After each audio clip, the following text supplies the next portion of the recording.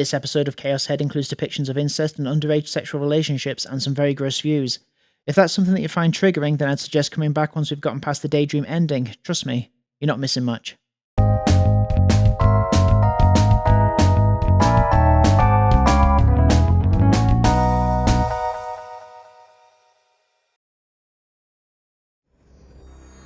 Ho ho buddies, welcome to Borderline Games. I'm Gareth and today we're playing Chaos Head. Last time we finished our Crying Sky ending. And we are now looking at the Daydream ending.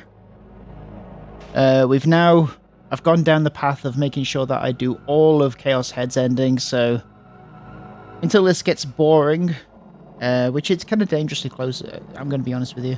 We're going to unlock all of the endings for Chaos Head. It doesn't seem like there's that many left, and the ones that are left, there's not much to unlock it, so hopefully we'll get these done in a couple of episodes. 4 episodes to look at them all. So, Daydream, it looks like for Daydream I've got to do a bunch of stuff in Chapter 1, and then I can just skip to the end, and it'll branch off at Chapter 6. Let's just do that. Let's start. So, I've got to go straight to Delusion Trigger number 1. So let's do that. Go.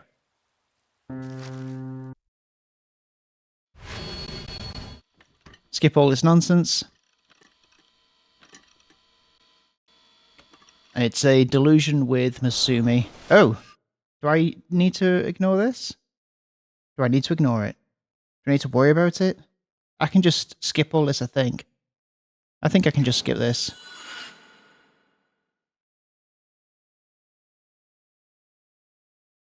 Right.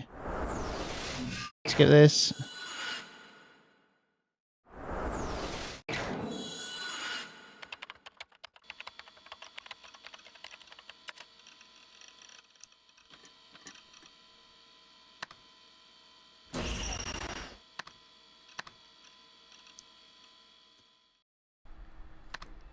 Alright. Gazoop.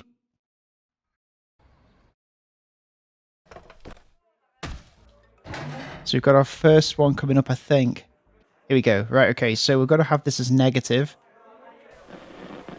Talking to Masumi one. Now I think that I did this one, right? I think this is the illusion with, like, the zombie hand, right? Let's find out. Like it should have been obvious to him how much I didn't want to go and see a puddle of blood and gore. It'd been way too much for me. It wouldn't be like a haunted house, or a horror movie or something. People had actually died in real life and the killer was still on the loose. So wherever the murderer was likely to be, I'd have liked to be anywhere but there. Still, I was curious about the murderer. What could have possibly been their motive? Were they just a psychopath that committed crimes for the hell of it? That was probably the most reasonable explanation. Well, whatever. It didn't really matter to me. I mean, I was a serial killer too, and even though I'd killed hundreds, people still treated me like a hero. That was in ESO though. Lol lol lol. Just goes to show how much better the 2D world is. Anyway, as I tried my hardest to turn down Masumi-kun's proposal, I imagined myself like a brawler straight out of some fighting game. Psycho killer. If I ran into a guy like that, I'd turn him into mincemeat. In my delusions, I could kill or spare anyone I wanted. But the people who actually tried to live out those sorts of delusions were idiots. Didn't they know that real-life actions had real-life consequences? Even the new-gen killer would be caught eventually. And then they'd rot in prison for years. Decades even, just waiting to be sent to the gallows. If I could say one thing to them, it'd be... What a pity. You really should have just kept your delusions to yourself.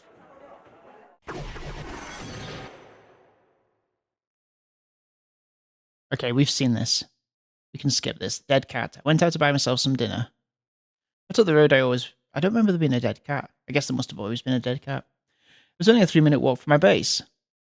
I'd walked down this dirty alley more times than I could count. But for some reason, walking through it today, I couldn't help but feel as if I'd stepped into another world. The alley was the same as ever, but it felt like it was the first time I'd ever set foot in it. What's more, the stench of rotten garbage was lingering in the air. The moisture in the atmosphere was so thick that if I hadn't known any better, I'd have assumed that it had just been raining. The air was like syrup on my skin. That's when I noticed it. There was something on the ground, at the far end of the alley. Dead cat. At first glance, I thought it was a garbage bag from the convenience store, so I kept on walking without paying it any mind. But once I'd gotten a bit closer... Yeah, I don't remember this. I realised what it really was. A dead cat. Ugh. Blood and feces were pouring out from it. It was such a morbid sight that I had to avert my eyes. I shivered around down my spine and goosebumps spread across my skin. I turned around to head back the way I came. But behind me was another cat. A black cat. An alive one. Staring at me with radiant golden eyes. What the hell? As soon as I spoke, the cat dashed away into the shadows. For some reason I couldn't explain, I was now feeling really uncomfortable. I figured I should just get going already, but since the dead cat was in the way of my normal route, I decided to take the long way to the store. But just as I was about to head off, I realised something. This whole time, I'd been hearing a strange noise coming from somewhere. With a gulp, I started listening closely. Yeah, this is the crucifixion case, isn't it?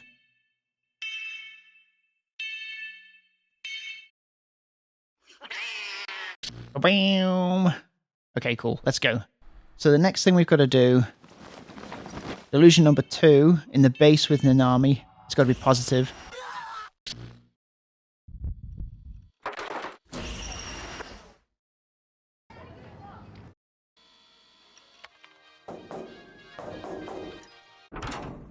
Hello, Nanami.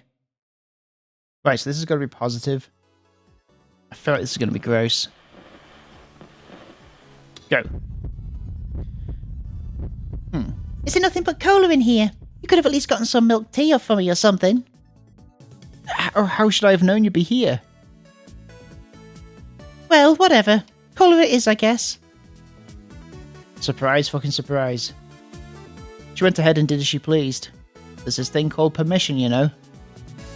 She grabbed a bottle of cola from the fridge, one I'd already drank from, no less, and after only a second of hesitation, she cracked it open and gulped it down.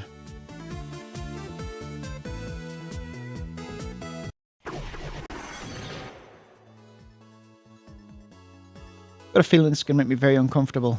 Her soft throat rose and fell seductively. Yep. Pumping the soda down with an audible gulp, gulp, gulp. At least use a cup. As she seriously just drunk straight from the bottle, even though she was a girl. What a disgrace. This was exactly why 3D sucked ass. Yeah. As soon as Nanami finished her drink, she went right back to pouting like before. Though, was it just me, or did it seem like she was blushing a little? I could have. But what if I wanted an indirect kiss with you? The fuck? And just like that, she dropped a bombshell. She still kept her pouty attitude, but now she was looking straight at me. I was paralysed.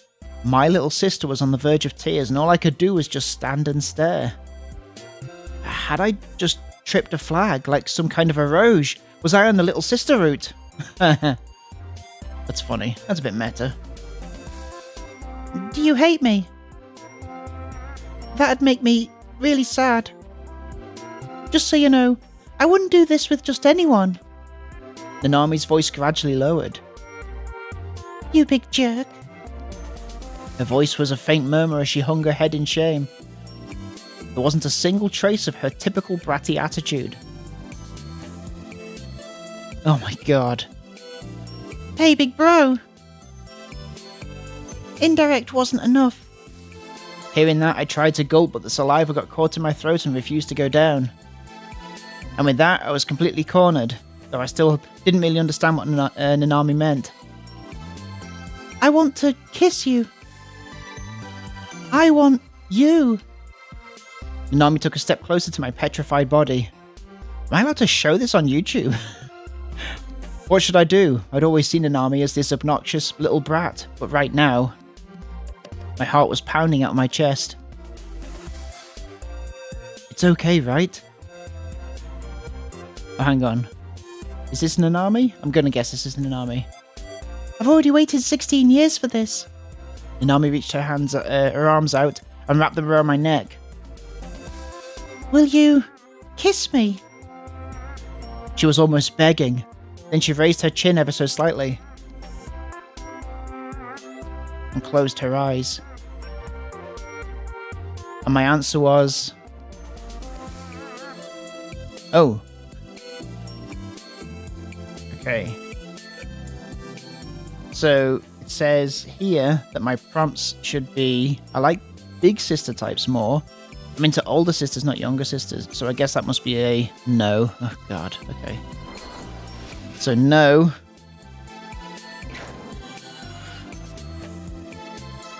This is gross. I like girls with flat chests. Yes. What are you making me do, Chaos Head?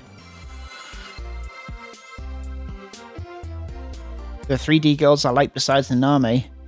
No.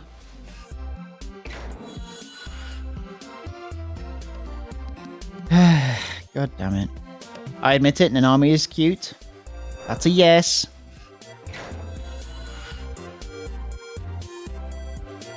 You just gotta think that I'm trying to 100% it. I'm trying to 100% it. I want to kiss Nanami-tan. Yes. Right. Discover Nanami's story. Alright. Since Nanami seemed to want it so much, I'd kiss her. I mean, I was a man after all. And while Nanami wasn't that sexy, I wanted to kiss a real girl for once. Even if it was my little sister. Oh man. Jesus Christ. I'd zoned out and let my delusions run wild again. I never felt so disgusted with myself in my life. Like, oh my god, barf. Just totally barf. And then I started thinking. Maybe if we weren't blood related and she fell a little more into the cute little sister archetype, I wouldn't be such a virgin loser. What's wrong? After finishing her cola, Nanami shot me a confused look. I'd been acting weird because of my delusion just now, and Nanami had noticed. Snap out of it. I took a deep breath and forced the disgusting thoughts out of my mind. Just go home already. Okay, now we can skip all the way to the end. It's gonna disengage skip at some points to show me Nanami related intermissions.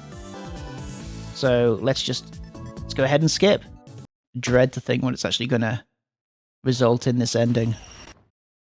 Right, I can skip this. No need to worry about that. No Nanami intermissions so far, which is cool. So we're gonna branch into the Daydream ending in chapter 6 apparently. So you can look forward to that. Hopefully this isn't going to be much longer. Do you think is there a mainstream visual novel that's there's no way there's one grosser than Chaos Head, is there? So many moments that make me feel so uncomfortable. Maybe it's just me. He's so unlikable. It was really awkward kind of sitting here in silence.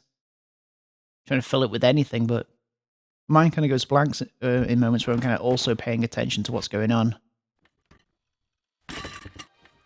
No Nanami's interjections yet, but carry on. Go, go, go, go. Oh, there she is. But that one isn't important.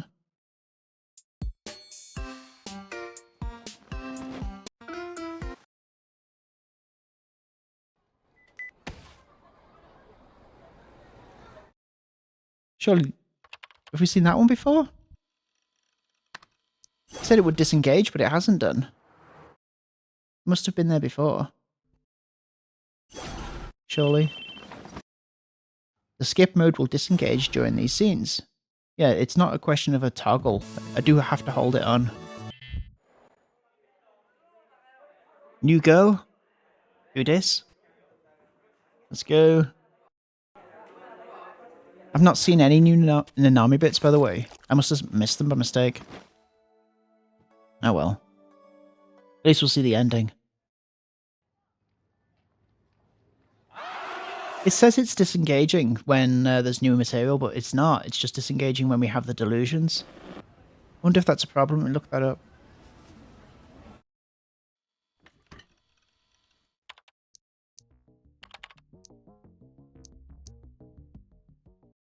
It's a Chaos Head. Skip mode. Not disengaging.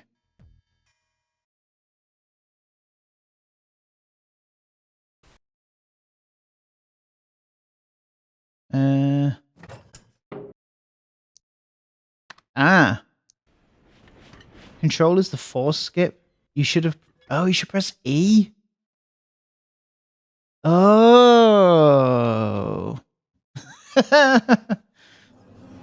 Okay, I'm a dumbass. Alright, sorry guys, it looks like we've skipped a bunch of stuff we shouldn't have, but... I don't know whether I should be going back now. At least I'm pressing the right thing now. The only thing that we'd have seen, surely, is just some weird incest stuff anyway with Nanami.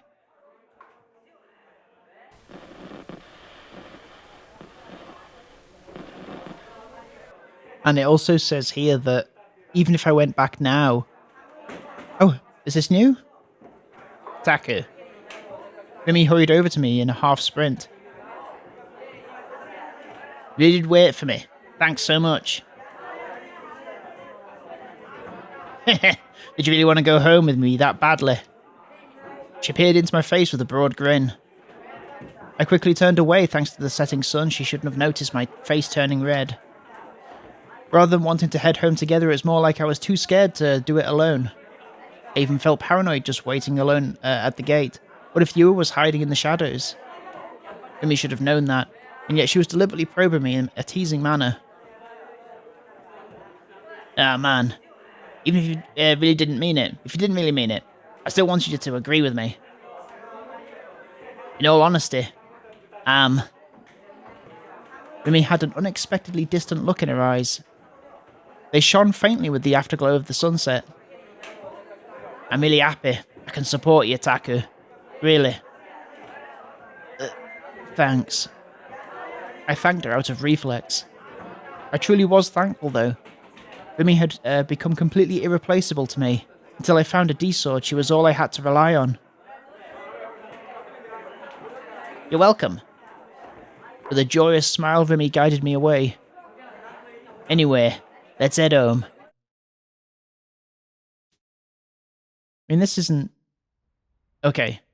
That's not new, though. I wonder why it stopped there. Right, I see. So I just tap E, and it's just doing it itself. Okay, I probably should have looked that up. Oh well.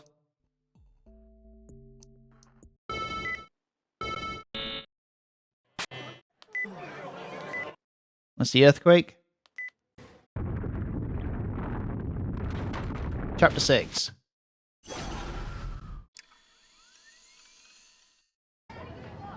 So this is where it's going to split, so I wonder where it's actually going to split.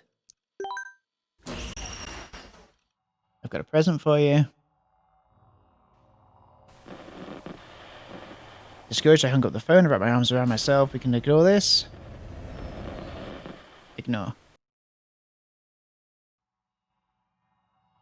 So far, every time I'd murmured that Rimi would show up, with perfect timing, and yet despite that, she wasn't picking up the phone. My gaze wandered around the room, eventually landing on the fake D-sword leaning against the corner. I grabbed it and held it in my hand, clinging to the little hope I had. It was just a toy. Ayase had assured me of that. But I wanted to think that maybe, just maybe, there was still a chance. As long as I had a D-sword, I could be saved. I could even strike back against Shogun's attacks. So please, I beg you. I held up the D-sword and focused on the tip. Please, become real. Please, save me. D-sword, reveal your true form. I closed my eyes tightly and directed all my strength into the hand, grasping the hilt. Silence. I slowly opened my eyes. Nothing had changed. It was just a toy. Damn it. Damn it, damn it, damn it, you useless piece of shit! I violently threw the toy sword on the floor and began to pace around my room. Biting my nails, I searched through my possible options, but I was so overwhelmed by terror that I couldn't even think straight. I tried to think harder, but my head started hurting again, so there was nothing to do but go back to the computer. Okay, we can skip all that. I guess it's showing me these options because there's Fez jumping off. Make a little bed for her. It's showing me them because I have actually not clicked neutral for these delusions, I guess. Okay, let's skip this.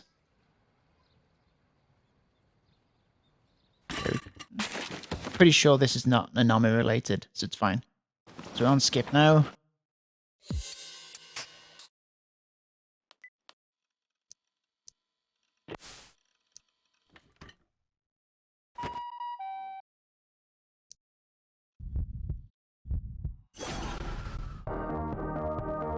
Here's Nanami. Whose phone was ringing? With the timing, what else could it be? I shook my head. I never heard Nanami's ringtone, so there was no proof that the melody I was hearing was it. No proof at all. No proof at all. I was getting scared now. I pressed my phone back to my ear.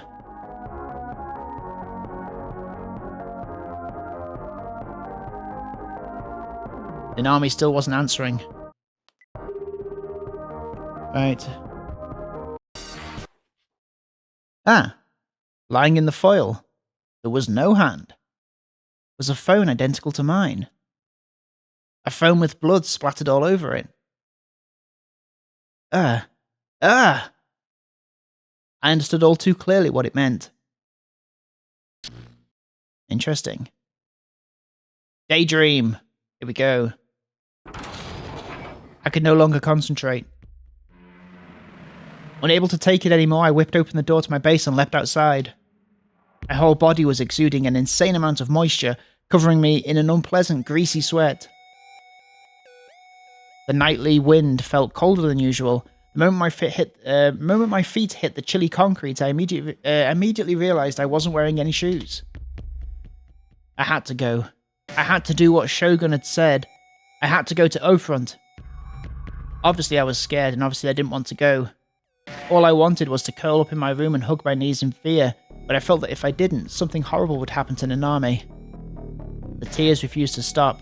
Even if I wiped my eyes, my sight was still constantly blurred. Nanami.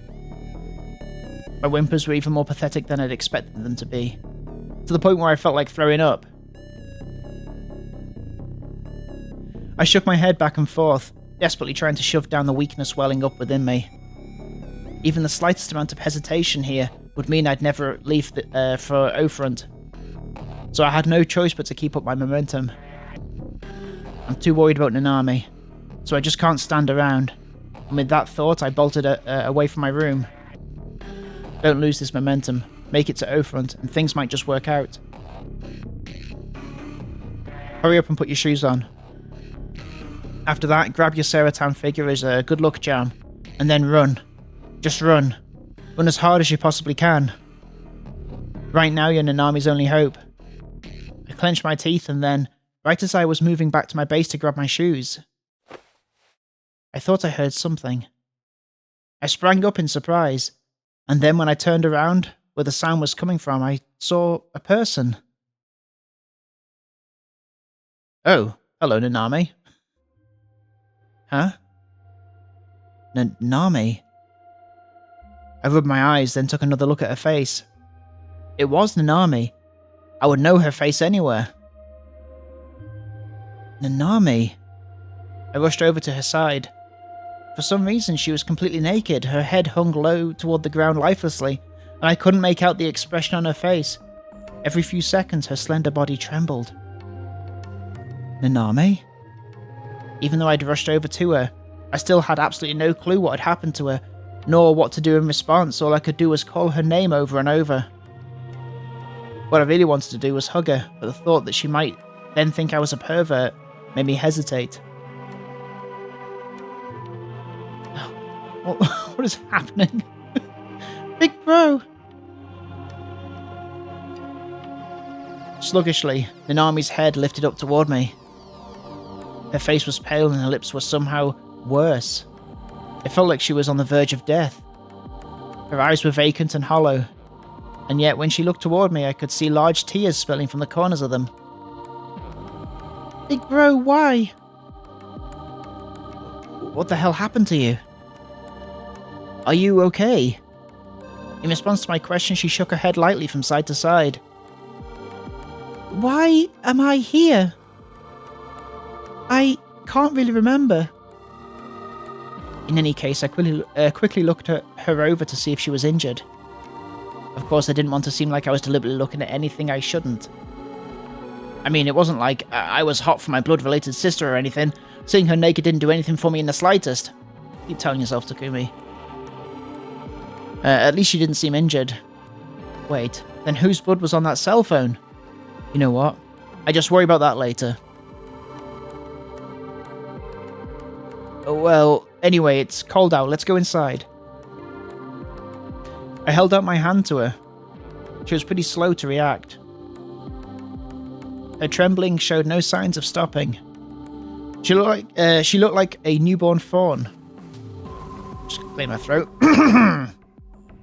Nanami grasped my hand. She was cold. So cold, in fact, that I unintentionally let out a yelp. You're freezing. Bracing myself for her getting mad at me, I touched her bare shoulders. She was cold to the touch. Should I get a hot shower ready for her? Or should I make her something hot to drink first? Regardless of which, I couldn't just leave her naked here. This wasn't a situation in which I could care about what she would think.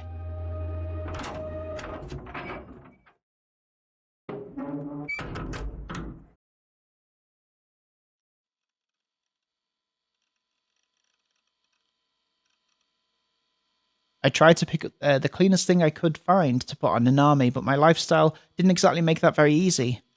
I didn't have many clothes for her for wearing in public at all, really.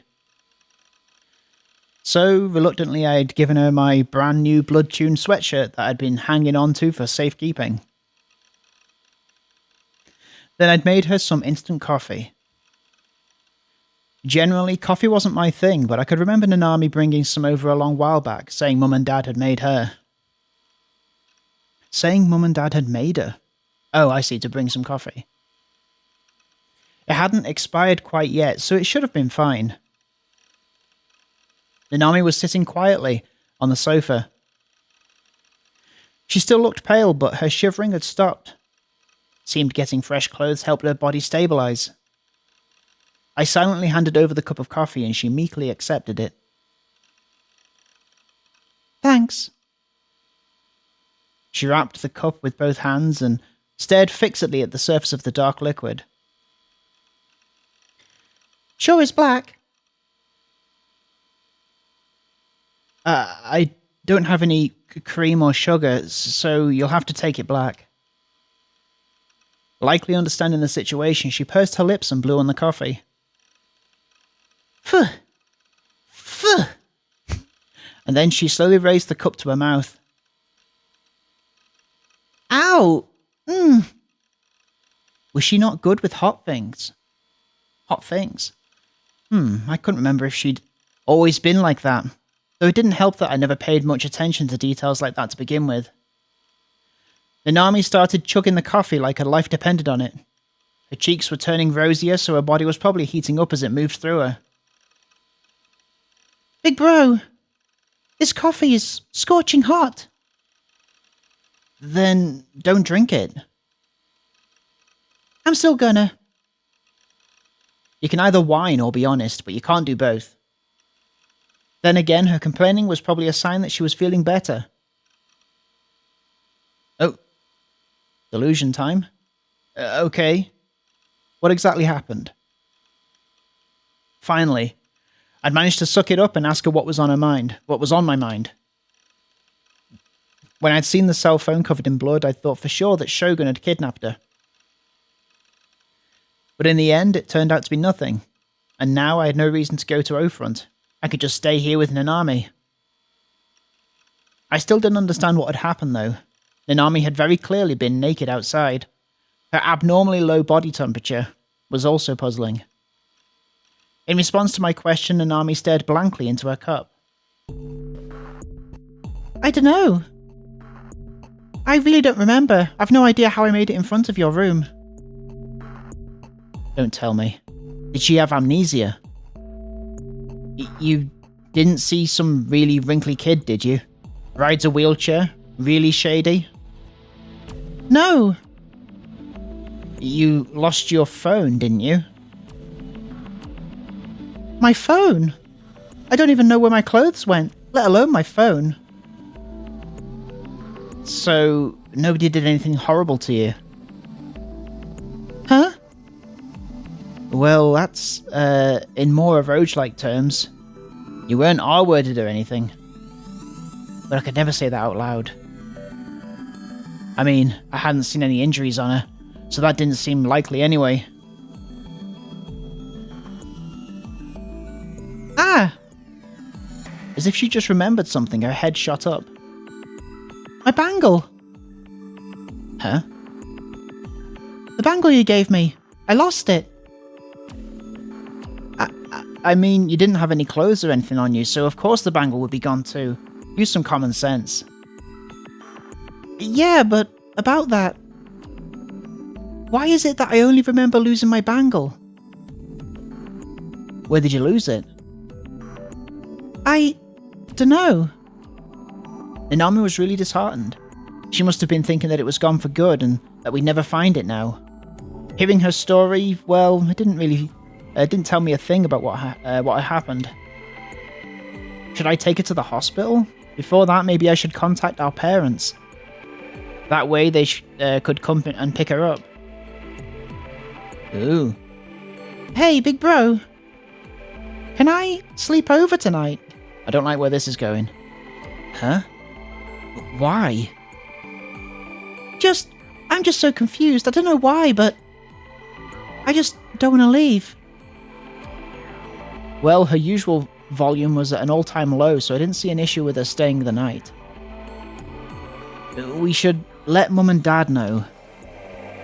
I approached the cardboard box that I'd left in the corner. I then took out the blood-smeared cell phone. After carefully wiping down the phone with a wet wipe, I handed it to Nanami. It's my cell phone. Did you send this to me, Nanami? Huh? Nanami tilted her head.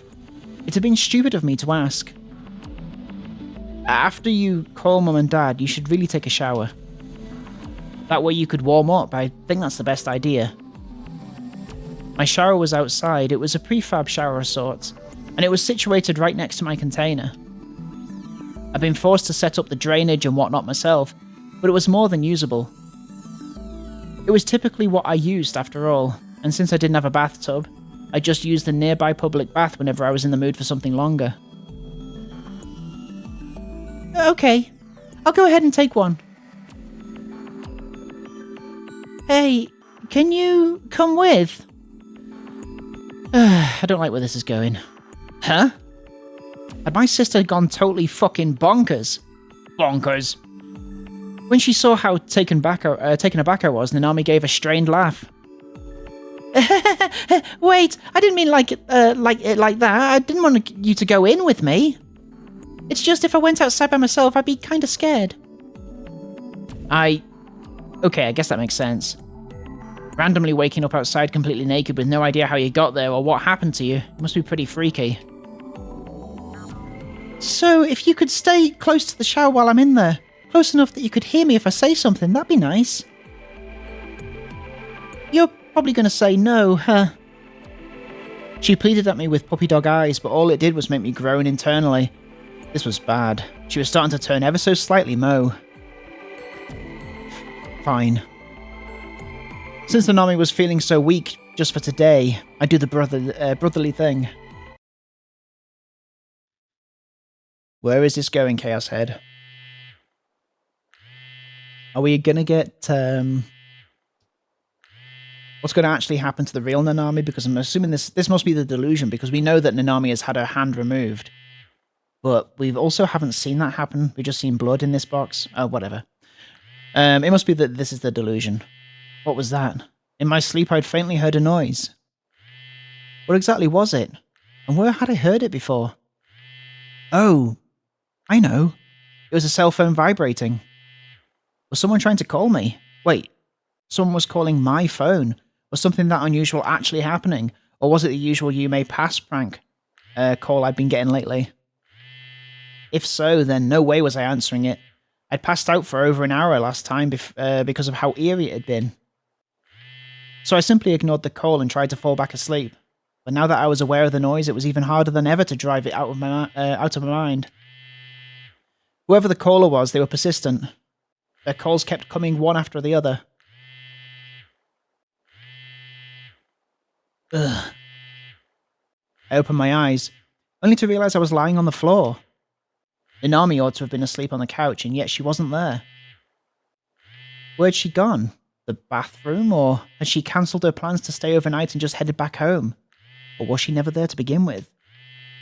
The cell phone continued vibrating all throughout my weak, groggy attempt at getting up. It had gone on for over 3 minutes now. My answering machine should have kicked in, but I guess I'd forgotten to set it up. Tired of the caller's sheer persistence, I grabbed my cell phone off my PC desk. The incoming call was from a restricted number. Okay, then I had no idea who it was. I didn't really want to answer it, but... Hello? Who is it? Big bro! It was Nanami. The real Nanami? I breathed a sigh of relief. Where the hell was she even calling from? It's only been a few hours. What happened to her being exhausted and not wanting to leave? Nanami, where are you? Give me back my right hand. Please, give it back. So that's the real Nanami. It disconnected. Nothing she'd said made any sense to me. Shut the fuck up. What the hell kind of prank was this? Fuck off, Nanami. God damn it.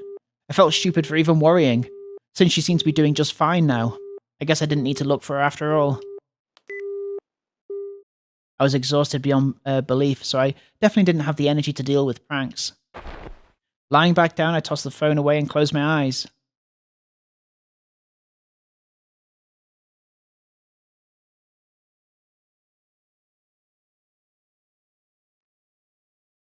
Good morning! Come on, it's time to get up. Wakey, wakey, eggs and bakey! If you get up, I'll give you a good morning kissy poo. Wait, what am I saying? I didn't mean it, you dope. Hey, just how long are you going to sleep for, you big dum-dum? Waking to the sound of Seratan's voice. Oh, that's Seratan. I noticed Nanami was still absent. Had she headed home without telling me? Or had she gone to school instead? What was the date today, even? Did my attendance chart say this was a school day? My mind was caught in a haze. Man, I was still half asleep. What time was it right now? Without getting up from the floor, I continued being hazily lost in thought when... Oh, she's back. Oh, hey! Look, you finally decided to wake up. After opening the door, Nanami's face peered inside. Didn't you head back home? No. I told you I was staying here. In other words, last night really was a prank. Don't do that again. A prank? What do you mean? Nanami tilted her head, playing all innocent. Was she really going to drag this out by pretending she hadn't done anything? Don't think you can trick me so easily. I'm not that stupid.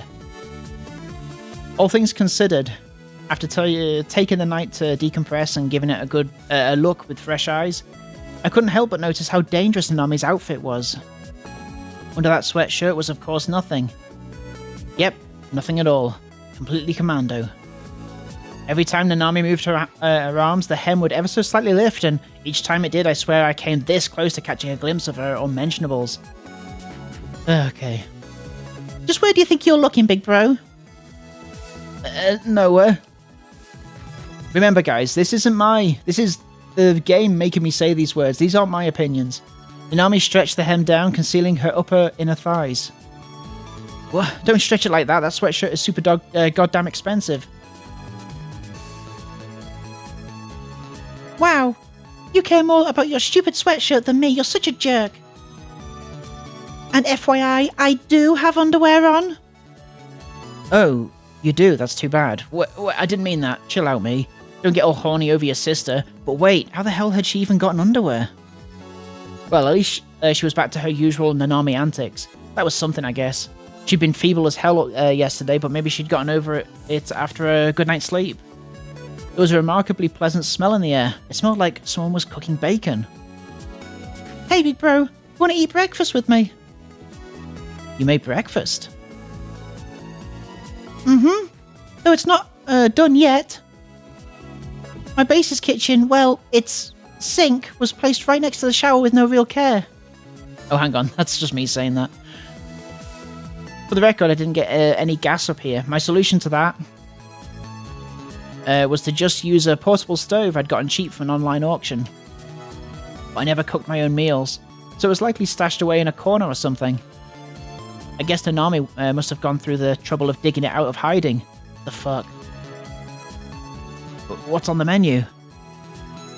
Sandwiches, complete with bacon and eggs. You can't exactly make anything all that fancy in this kitchen, so that's the best I can do. And with your practically non-existent sense of taste, it's better to have something plain anyway. My typical breakfast was just a combo of cola and a bean bun or something. It's been a really long time since I'd actually gotten anything decent. And besides, I couldn't help but revel in the bliss that my sister had cooked it herself just for me. Just for me. In my mind, this definitely made up for yesterday's prank. Right. I'd like that ready right away. Wow, arrogant much. Yeah, how about a please and thank you? As far as I'm concerned, giving you a place to stay is more than enough. Thanks. It's more than enough thanks. Haha, I suppose you're right. Well, okay, I guess I'll say it now then. Thanks a bunch, big bro. I assumed she was going to bow her head to me, but she didn't end up doing that. Instead, Nanami headed straight back outside with a smile on her face. And I guess we're going to be looking at how Nanami makes us breakfast next time on Borderline Games. Thank you so much for watching this episode of Chaos Head. I did say we'd have it done in one. It looks like it's going to be two. I will see you next time, where we're going to be making some breakfast and hanging out with our delusion version of Nanami. Hopefully, we're going to see some kind of positive ending out of this. Or is it just going to be a depressing end? We'll find out next time. Thanks for watching. I'll see you next time. Take care of yourselves. Bye bye bye bye bye bye bye bye bye bye bye bye bye.